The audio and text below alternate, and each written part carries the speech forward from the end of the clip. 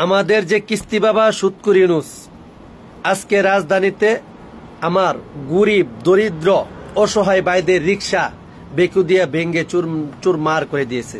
তাদের কান্না আকাশ পাতাল, পশু পাখি পর্যন্ত তাদের কান্না দেখে কান্না করতেছে। এই অসহায় মানুষের পেটে কেন লাথি আমি জানতে চাই। তারা রিক্সা বায়া খায়, তারা তো চুরি করে না, তারা তো দেশের নাগরিক, তাদের তো অধিকার আছে যে তারা রিক্সা বায়া খাইবে। আজকে কেন তাদের এই পেটে লাথি আমি জানতে চাই। আমি এর তীব্র নিন্দা প্রতিবাদ জানাই। প্রিয় দেশবাসী, এটা অমানবিক, এটা অমানবিক আচরণ। এটা কোনো দেশের কোনো আইন শৃঙ্খলা হতে পারে না। এর তীব্র নিন্দা ও প্রতিবাদ জানাই। সবাই এর প্রতিবাদ করুন।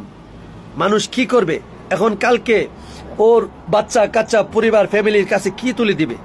হ্যাঁ, কালকে সে চুরি করবে যখন তার খাবার থাকবে না, চাউল থাকবে না, স্কুলে বেতন দিতে পারবে না তার ছেলে সন্তানদেরকে, তখন সে কি করবে? চুরি করবে, ডাকাতি করবে, ছিনতাই করবে, ছুরি মারবে। আমরাই তো সুযোগ করে দেই না, আমরাই তো তাদেরকে চোর বানাই।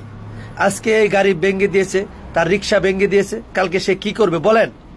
সে হয়তো ধার নিয়ে, ব্যাংকের লোন নিয়ে এই রিক্সাটা সে খরিদ করেছে। আজকে আমাদের কেন এই অমানবিক আচরণ আমি জানতে চাই সুৎখোর মহাজনের কাছে। প্রিয় দেশবাসী, আপনারা সবাই এই অসহায় ভাইদের পাশে দাঁড়ান, প্রতিবাদ করুন। সবাই ভালো থাকবেন। ভিডিওটা ভালো লাগলে আমাকে সাপোর্ট করবেন। সালামু আলাইকুম।